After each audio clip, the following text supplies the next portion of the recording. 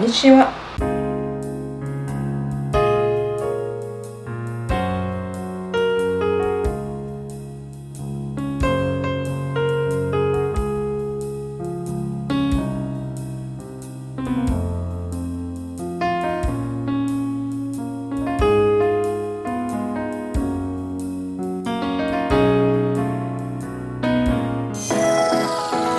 Nous commençons donc ce vlog avec une Julia fatiguée, en plein décalage horaire et pas du tout maquillée, en train de déguster un petit sandwich au poulet teriyaki, qui était ma foi très bon.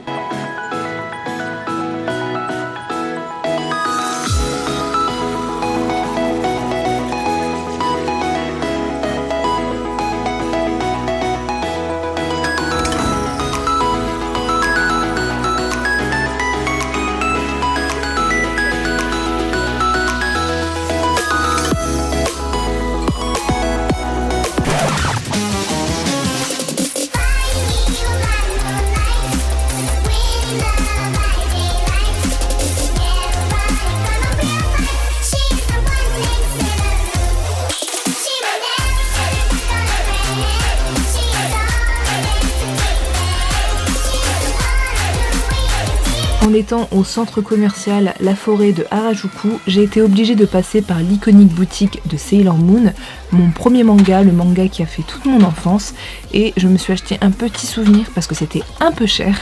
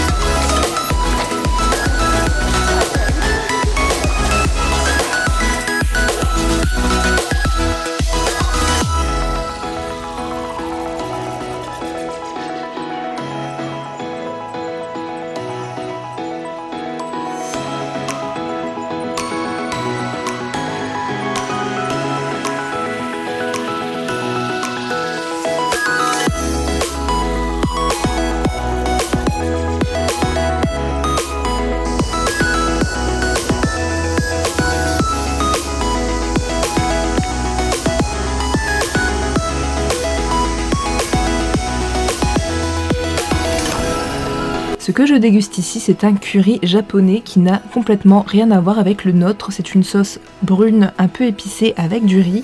Là pour le coup c'était un katsudon curry, c'est-à-dire qu'en plus du curry, on avait du porc pané.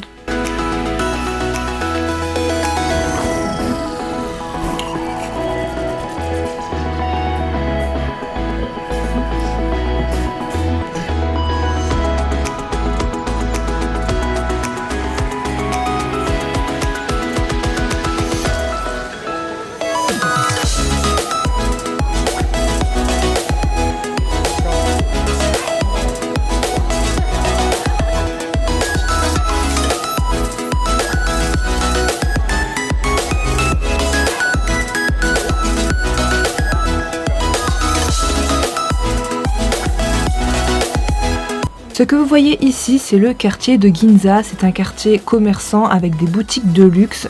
En fait, là, je suis en train de vous l'expliquer dans le vlog, mais il y avait beaucoup de bruit, donc on ne l'entend pas, donc je le fais en voix off. C'est vraiment un quartier de luxe. Vous avez des boutiques comme Louis Vuitton, etc. C'est pas pour tout le monde, mais il est très connu, donc c'est à voir.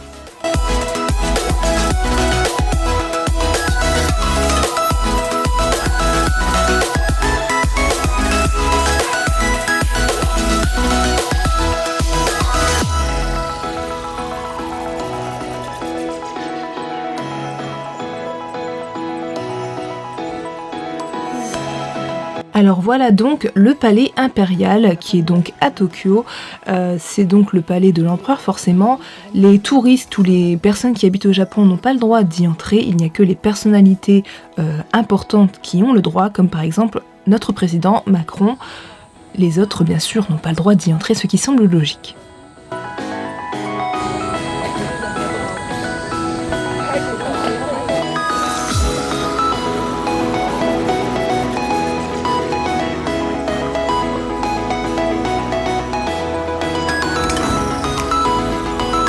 reconnais forcément le célèbre passage piéton de Shibuya, le voici donc, prêt pour le vivre en temps réel.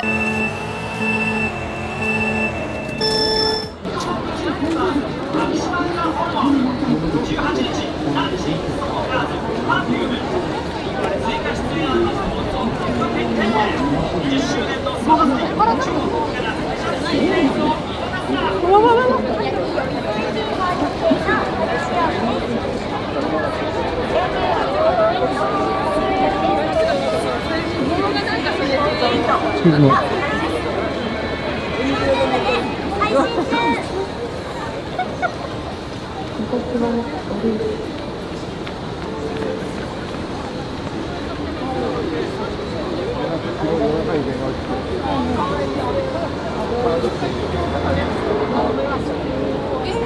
Maintenant je vous laisse admirer ce même passage piéton, mais cette fois vu d'en haut et en vitesse accélérée parce que c'est un peu long, il y a vraiment beaucoup de monde.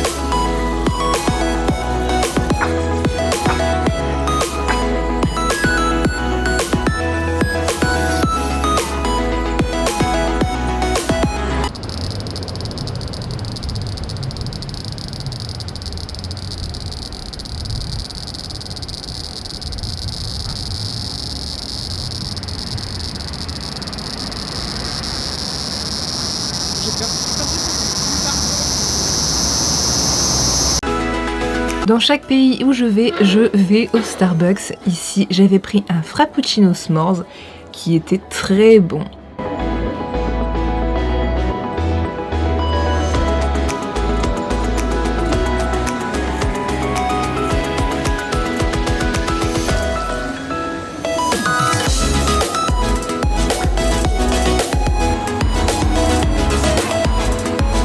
Au menu du soir, les fameux ramen, plats typiquement japonais que tout le monde connaît. Ce sont donc des nouilles qui sont dans un espèce de bouillon avec là des lamelles de porc, vous avez aussi des œufs, des pousses de soja, etc. C'était très très bon, même s'il faut s'y faire au coup de baguette quand même.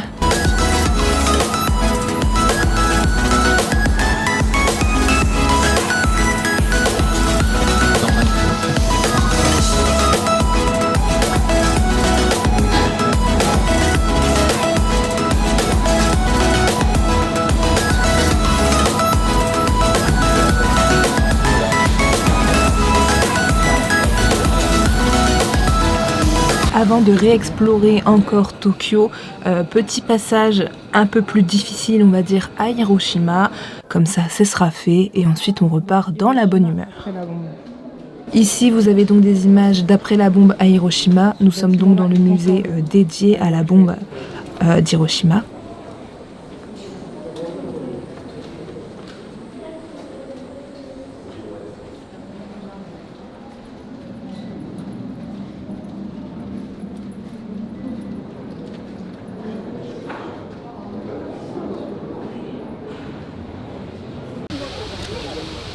Ce bâtiment que vous voyez ici est un bâtiment qui était là à l'époque et qui a survécu à la bombe.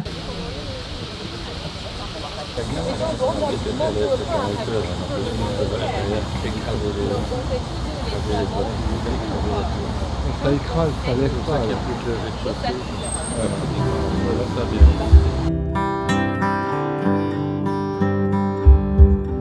Hiroshima,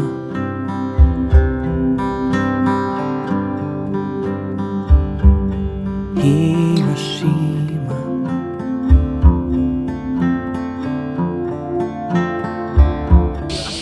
Ce monument-ci a été érigé pour une petite fille qui est décédée plusieurs années après la bombe d'une leucémie qui a été causée à cause des radiations de cette bombe.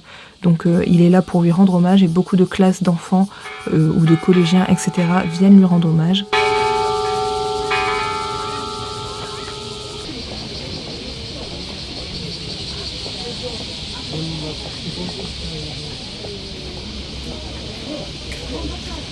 Et voilà, on dit au revoir à Hiroshima et c'est reparti pour Tokyo. Ok, donc du coup, là, on va tester le melon pan qui est une des spécialités du Japon, qui est très connue. Donc là, c'est un classique melon pan, comme vous voyez. Et j'en ai un autre au thé vert. Voilà. On va tester donc le classique.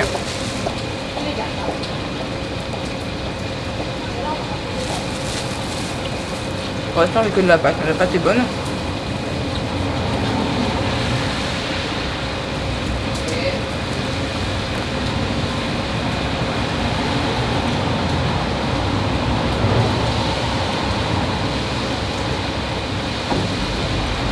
Moi je pensais qu'il y avait une crème ou quoi.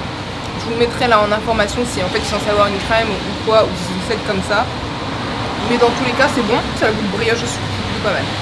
Moi je vais goûter l'autre. Du coup on teste le thé vert.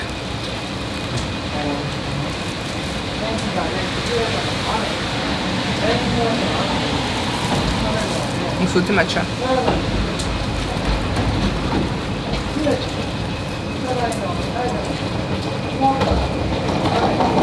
Alors il n'y a pas de crème non plus. Mais c'est bon, on sent bien le goût du thé matcha. Moi j'aime bien.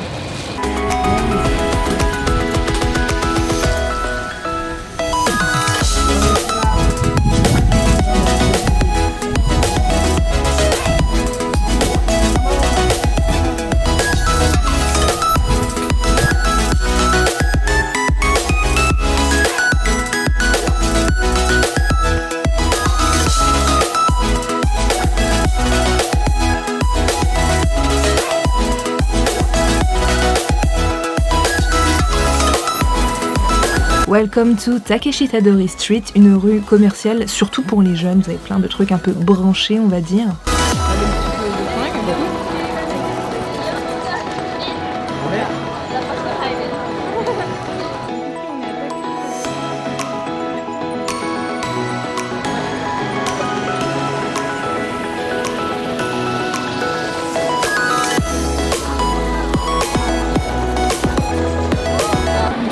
On est dans une salle où on fait des purikas, donc c'est des petites photos un peu fun, vous faites avec vos copines. Là j'en ai fait, c'est assez kawaii dans le genre.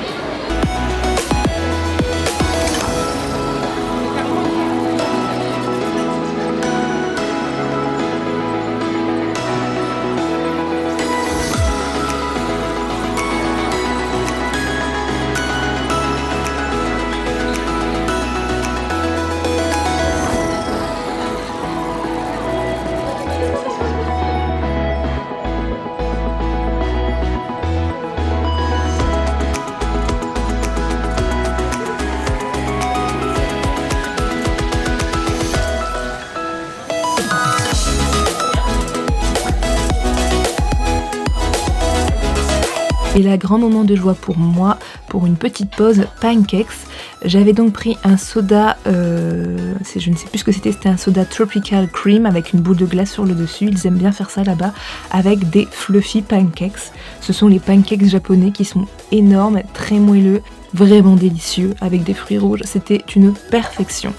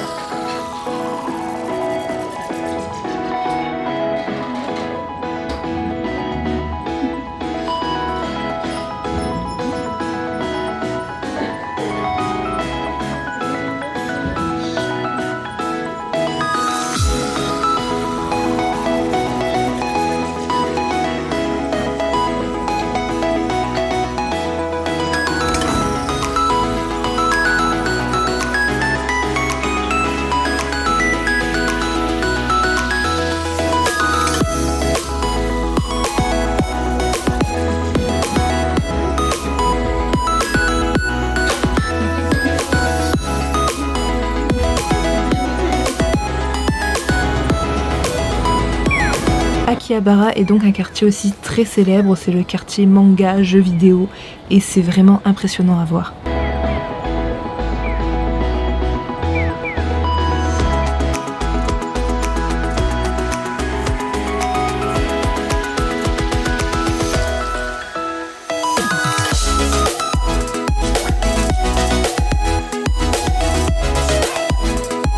Passage obligé à la fameuse tour Sega et ses arcades.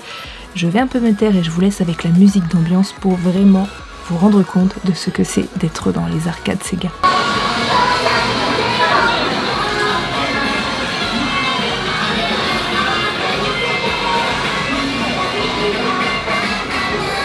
Donc ici on est dans la tour Sega, donc c'est une tour où il y a plein de jeux d'arcade.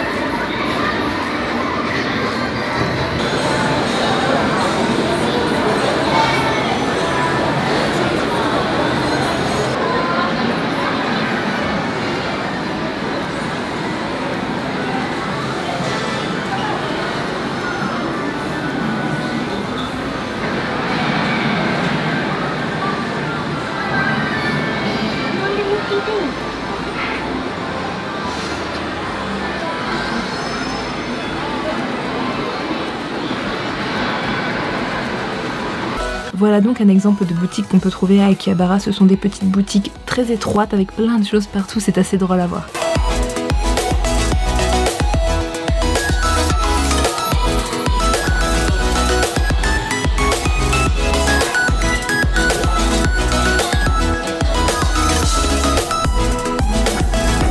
Le café hibou, un des moments que j'ai préféré. J'ai passé 1 heure avec le petit squirrel que vous voyez juste ici sur mon bras.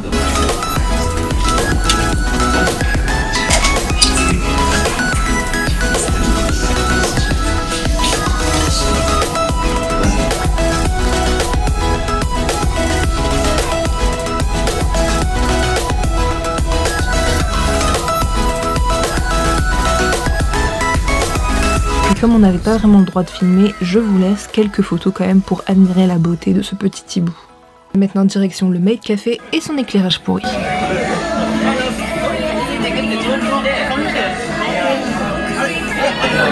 Il est aussi interdit de filmer au Maid Café, donc voici les plats et mets que nous avons pu déguster là-bas.